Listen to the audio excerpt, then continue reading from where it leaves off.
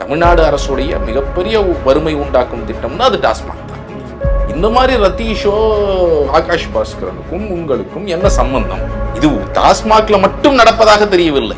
இது போன்ற extra constitutional authority வந்து கண்ட்ரோல் பண்றாங்க டிபார்ட்மெண்ட்டை. உதயநிதிக்கு நெருக்கமானவர்கள், இவருக்கு நெருக்கமானவர்கள், இவர்கள் எல்லாம் தான் டிபார்ட்மெண்ட்டை கண்ட்ரோல் பண்றாங்க. பல தம்பிகள் இருக்கிறாங்க.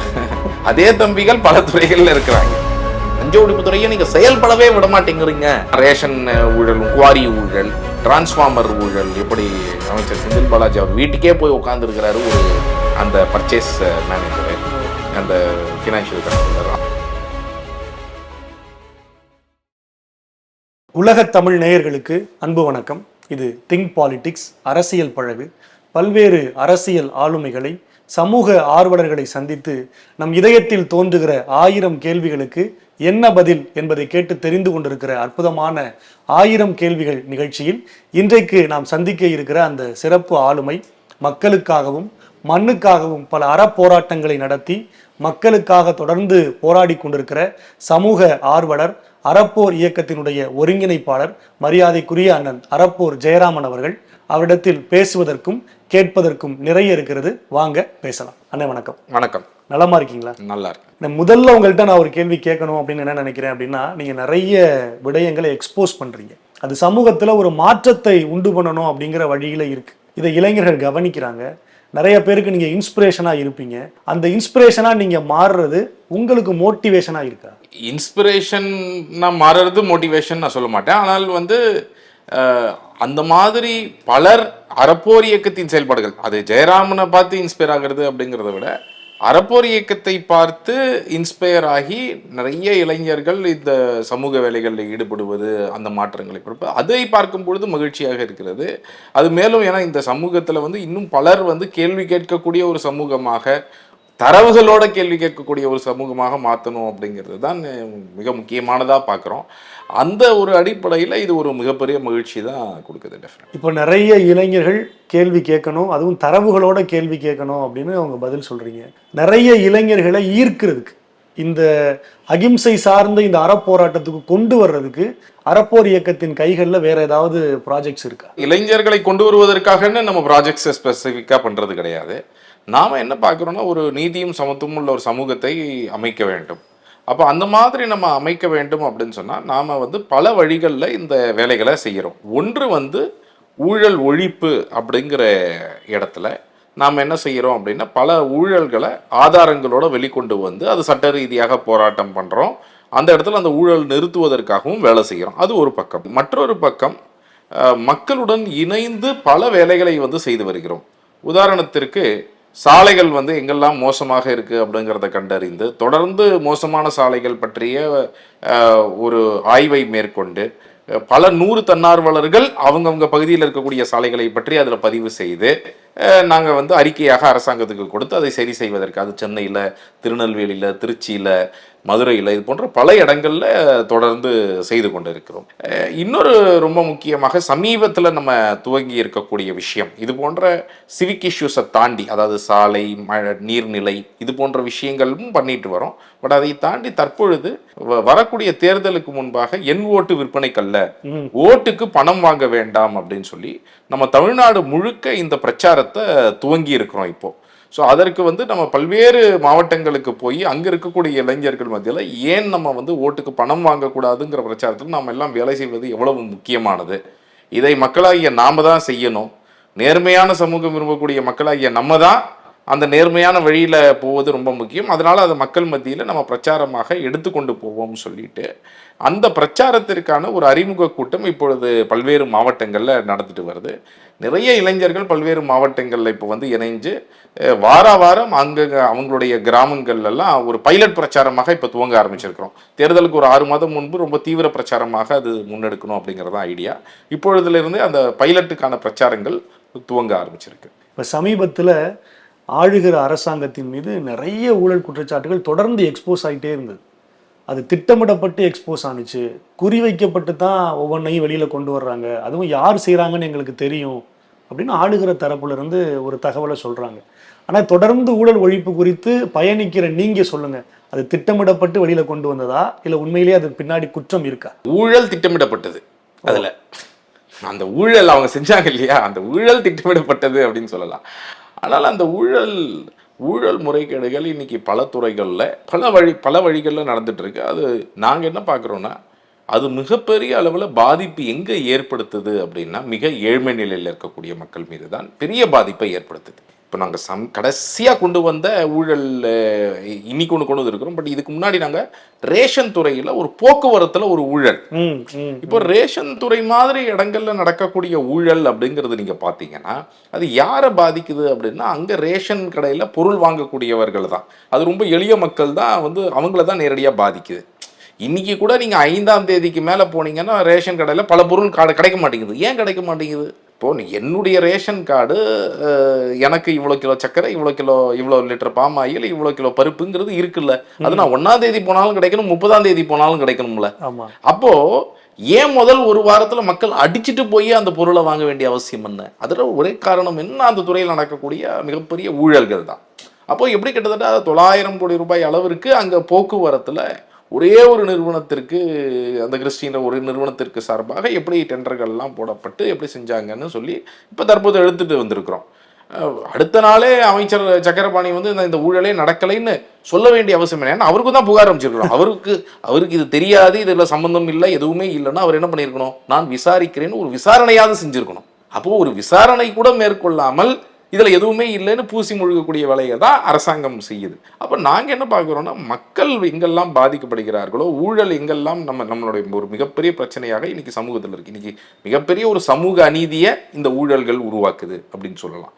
அப்போது நீங்கள் ஒரு பக்கம் சமூக நீதி அரசாங்கம்னு சொல்லிட்டு, இன்னொரு பக்கம் ஊழல்கள் மூலமாக ஒரு மிகப்பெரிய சமூக அநீதியை இழைச்சிட்டு இருக்கிறீங்க. அப்போ அதை நம்ம எங்கெல்லாம் ஆதாரங்களோட, இப்போ இந்த மாதிரி ஒரு ஊழல் பற்றி கேள்வி கேட்கணும்னு நாங்கள் 6 மாதம் வேலை செய்வோம்.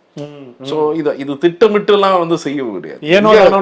ஆமாம், எங்க ஆதாரங்கள் வருதோ, ஒரு ஊழல் நடந்திருக்குன்னு நமக்கு தகவல்கள் வருதோ, அதை பற்றி நம்ம தகவல் அறியும் உரிமை சட்டத்தின் கீழே போட்டு அந்த தகவல்கள்லாம் சேகரித்து அது உண்மைதானான்னு வெரிஃபை பண்ணி அதற்கு பிறகுதான் நாம் புகாராக லஞ்ச ஒழிப்புத்துறையில் கொடுத்து, மற்றொரு புறம் மக்கள் மத்தியிலையும் இதை பற்றி விழிப்புணர்வு ஏற்படுத்தணும், அரசாங்கத்திற்கும் அழுத்தம் கொடுக்குறோம், இந்த ஊழலை இதோட நிப்பாட்டுங்க அப்படின்னு சொல்லிட்டு. ஸோ இதுதான் நம்மளுடைய செயல்பாடுகளாக இருந்து வருது. டாஸ்மார்க் ஊழல் அப்படின்னு ஒன்று 1000 கோடி ரூபாய்க்கு மேலே இதில் நிறைய பேர் சம்மந்தப்பட்டிருக்காங்க.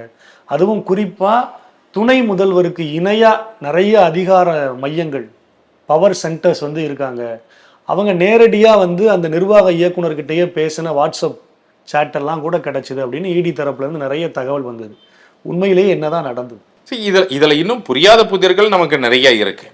ஆனால் டாஸ்மாக் என்பது அடிப்படையில் ஒரு ஊழலுக்கான ஒரு ஊற்றுக்கண் அப்படின்னே சொல்லலாம். இந்த இடத்துல பல ஊழல்கள் செய்வதற்காகவே இந்த டாஸ்மாகை தொடர்ந்து நடத்திட்டு வராங்க அப்படின்னு சொல்லலாம்.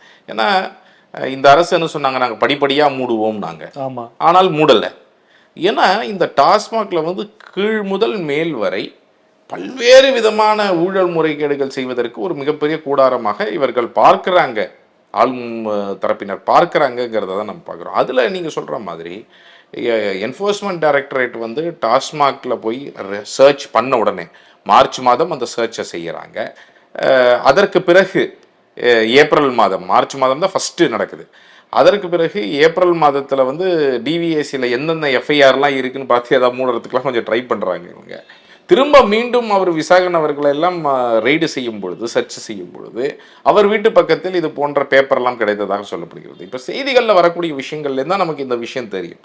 இப்போ அதில் என்ன சொல்கிறாங்க அப்படின்னா 2-3 விஷயங்கள். ஒன்று, இடி வைக்கக்கூடிய குற்றச்சாட்டு என்ன அப்படின்னா, கிட்டத்தட்ட 1000 கோடி ரூபாய் அளவிற்கு டிஸ்டிலரி இடம் இருந்து, எந்தெந்த டிஸ்டிலரியிடம் இருந்து எவ்வளவு கேசஸ் வாங்குறாங்க, அதில் நடக்கக்கூடிய பிளாக் சேல்ஸு, இந்த மாதிரி விஷயங்கள் மூலமாகத்தான் என்ன நடக்குது அப்படின்னா, கேஷாக அதை பாட்லிங் பிளான்ட்கிட்டேருந்து வாங்குறாங்க. ஸோ டிஸ்டிலரிக்கிட்டேருந்து பாட்லிங் பிளான்ட்டுக்கு ஆர்டர் கொடுக்குற மாதிரி கொடுக்குறாங்க. அவங்களும் அந்த ஆர்டரை செய்கிற மாதிரி ஃபேக் எக்ஸ்பெண்டிச்சராக அந்த பணத்தை பாட்லிங் பிளான்ட்டெல்லாம் வெளியே எடுத்துட்டு அதை மீண்டும் இந்த டிஸ்டிலரி கையிலேயே கொடுக்குறாங்க. அந்த டிஸ்டிலரிகள் அந்த பணத்தை பயன்படுத்தி பல்வேறு தரப்பினருக்கு லஞ்சம் கிட்பேக் பண்ணுவதற்கெல்லாம் பயன்படுத்துகிறாங்கங்கிறது ஒரு முக்கியமான விஷயம். இப்போ இதில் தான் ரொம்ப முக்கியமான கேள்வி என்னென்னா, டிஸ்டிலரிக்கு எவ்வளவு கேஸ் ஆர்டர் கொடுக்குறாங்க அப்படிங்கிறது ஏன் டாஸ்மாக் வெளிப்படையாக வைக்கலை? ஏன் உங்களுக்கும் எனக்கும் தெரியக்கூடாது எந்தெந்த டிஸ்டிலரிக்கிட்டேருந்து எவ்வளோ வாங்குறாங்கன்னு? ஏன் ஜெகத் ரட்சகனுக்கு சம்மந்தப்பட்ட டிஸ்டிலரி இருக்குது, எஸ்என்ஜே டிஸ்டிலரி இருக்குது, இந்த மாதிரி டிஸ்டிலரிகளுக்கெல்லாம் அதிக ஆர்டர் கொடுக்குறீங்களா? இல்லை என்ன? இப்போ இது வந்து ரொம்ப முக்கியம். இப்போ மட்டும் இல்லை, முன்னாடியிலேருந்து இப்போ 2008 கருணாநிதி அவர்கள் வந்து லைசன்ஸ், இப்போது ஜெகத் ரட்சகன் அவருடைய இதுக்கு லைசன்ஸ் கொடுக்குறாரு. எஸ்என் ஜெயமுருகன் ஒரு பக்கம் வந்து கருணாநிதி அவர்கள் எழுதிய பெண் சிங்கம் மொழியின் ஓசை படத்தை தயாரிக்கிறாரு, இன்னொரு பக்கம் அவருக்கு வந்து லைசன்ஸ் கொடுக்கப்படுது. அவர் அந்த 2 ஆண்டுகள்லேயே பார்த்தீங்கன்னா 700-900 கோடி ரூபாய்க்கு ஆர்டர் பிளேஸ் பண்ணுறாங்க. இந்த கேள்வியை நான் ஆர்டிஐ மூலமாக கேட்குறேன். இந்த டிஸ்டிலரியில் எந்த டிஸ்டிலரியில் எவ்வளோ கேஸ் வாங்குறீங்க அப்படின்னு சொல்லிட்டு. இது வர்த்தக ரகசியம் அப்படின்றாரு. தகவல் உரிமை சட்டத்திலையுமே கொடுக்க மாட்டோம், இது வர்த்தக ரகசியம். இவ்வளவு நாளா நமக்கு தெரியாம இருந்தது அது என்ன வர்த்தக ரகசியம்னு. இப்ப விசாரணை வர ரெய்டு பண்ண அப்புறம் தான் அவருக்கும் டிஸ்டிலரிக்கும் டீலிங் இருக்கு போல இருக்கு. அந்த வர்த்தக ரகசியத்தை நம்ம கேட்டோம்னா அவங்க நினைச்சுக்கிட்டாங்க போல இருக்கு. பாயிண்ட் என்னன்னா, இப்போ விசாகன் அவர்களுக்கோ அந்த ஐஏஎஸ்க்கோ அந்த துறையில் இருக்கக்கூடிய மற்றவர்களுக்கோ எந்த ஒரு வெளிப்படைத்தன்மையோட நாங்கள் இதான் ப்ரொசீஜர் வச்சுருக்கணும், இந்த ப்ரொசீஜர் படி இந்தந்த டிஸ்டிலரியிடமிருந்து வாங்குகிறோம் அப்படின்னு ஓப்பனாக சொல்ல முடியல. ஏன்னா அதில் நிறைய ஊழல்கள் நடக்குது. அதை அவங்களால 2014 ஹைகோர்ட் வந்து நீங்கள் இந்த டிரான்ஸ்பரண்ட் ப்ரொசீஜராக வைக்கணும்னு சொல்லிட்டாங்க, ஆர்டர் கொடுத்துருக்குறாங்க. ஆனால் இன்று வரை அது செயல்படுத்தப்படலை. ஸோ இதன் மூலமாக இந்த மாதிரி டிஸ்டிலரி மூலமாக கருப்பு பணத்தை ஜென்ரேட் பண்ணி நிறைய வேலைகள், ஊழல்கள் இவர்கள் செய்கிறார்கள். இரண்டாவதாக பாக்ஸ் டெண்டர். இப்போது 2022 இவ்வளவு டெண்டர்லாம் பேசக்கூடிய அரசு 2022 டாஸ்மாகில் அந்த போக்குவரத்துக்காக, குடவுன்லேருந்து ரீட்டைல் ஷாப்க்கு எடுத்துகிட்டு வர போக்குவரத்துக்காக பாக்ஸ் டெண்டர் போட்டாங்க. அப்போ வந்து நாங்கள் இதில் வந்து முறைகேடு நடப்பதற்காகவே தான் இது பாக்ஸ் டெண்டராக போடப்பட்டிருக்கிறது அப்படின்னு நம்ம குற்றச்சாட்டை எழுப்பினோம். ஏன்னா நமக்கு வந்து அதில் எப்படி ஒப்பந்ததாரர்கள் எல்லாம், ஏற்கனவே இருந்த ஒப்பந்ததாரர்கள் எல்லாம் போட்டி போட முடியாமல் வெளியே தள்ளுறாங்கிற தகவல்கள் வந்தது. அப்போ அப்பட்டமாக அமைச்சர் செந்தில் பாலாஜி வந்து ஒரு பொய்யை சொல்கிறாரு மீடியா கிட்ட. டெண்டர் போட்டால் ஒரே ஆளுக்கு மட்டும்தான் டெண்டர் கிடைக்கும், பாக்ஸ் டெண்டர் போட்டால் தான் நிறைய பேருக்கு கிடைக்கும்னு ஒரு அப்பட்டமான பொய்யை சொல்கிறாரு.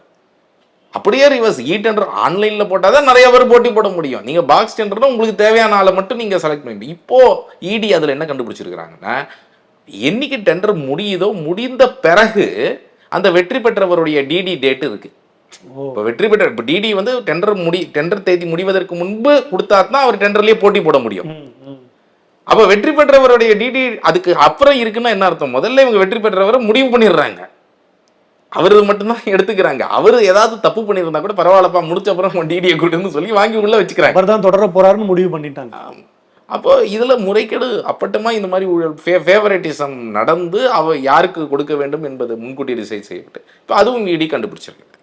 அப்போ இது மாதிரி பல்வேறு முறைகேடுகள் நீங்கள் டாஸ்மாகில் தொடர்ந்து செய்து கொண்டே வரீங்க. பார் லைசன்ஸில் நமக்கு எல்லாருக்கும் தெரியும், பார் அப்படிங்கிறது முழுவதுமாக ஆளுங்கட்சியில் இருக்கக்கூடிய நபர்கள் தான் அதை எடுக்க முடியும். அப்போது ஆளுங்கட்சி இப்போ திமுகவில் இருக்கக்கூடிய அங்கே வட்டத்தில் பகுதியில் அவங்கெல்லாம் வந்து பாரில் சம்பாதிப்பாங்க, மேலே இருக்கக்கூடியவர்கள் எல்லாம் டிஸ்டிலரியில் சம்பாதிப்பாங்க, டிஸ்டிலரி வைத்து. அதற்கு மேலே இருக்கக்கூடியவர்கள் எப்படி சம்பாதித்தார்கள் என்பதுதான் இப்போ இடி வந்து கண்டுபிடிக்கணும். ஏன்னா விசாகன் அவர்கள் ஏதோ தம்பி ரதீஷ் யாரோ ஒருவரிடம் வந்து பேசி கொண்டிருந்ததாகலாம் இப்போ வருது. யார் யாருக்கிட்ட வாங்குறோங்கிறத வர்த்தக ரகசியமா வச்சிருக்கிறாங்க, தகவல் அறியும் உரிமை சட்டத்தில் கூட சொல்ல மாட்டேங்கிறாங்க அப்படின்னு ஒரு தகவல் சொல்றீங்க. ஆனா யார் யாருக்கிட்ட வாங்கணும்னு யாரோ ஒரு தம்பி சொல்றாரு. யார் அந்த தம்பி அப்படின்னு ஒரு ஹேஷ்டேக் பரவிக்கிட்டு. ஆமா, யார் அந்த தம்பி அப்படிங்கிறது ரொம்ப முக்கியமான கேள்வி. இப்போ ஒரு ஐஏஎஸ் அதிகாரி ஒரு எக்ஸ்ட்ரா கான்ஸ்டிடியூஷனல் அத்தாரிட்டி கிட்ட போய் டாஸ்மாக் சம்பந்தமான எங்களுக்கு கொடுக்க மாட்டீங்க பப்ளிக்ல, நாங்க கேட்டா ஆர்டிஐல கேட்டா கூட எங்களுக்கு ரகசியம்னு சொல்லுவீங்க, ஆனா இது சம்பந்தமான தகவலை நீங்க வேற ஒரு தம்பி கிட்ட பேசிட்டு இருக்கிறீங்க அப்படின்னா விசாரணை ஐஏஎஸ் யாருன்னு சொல்லணும்ல.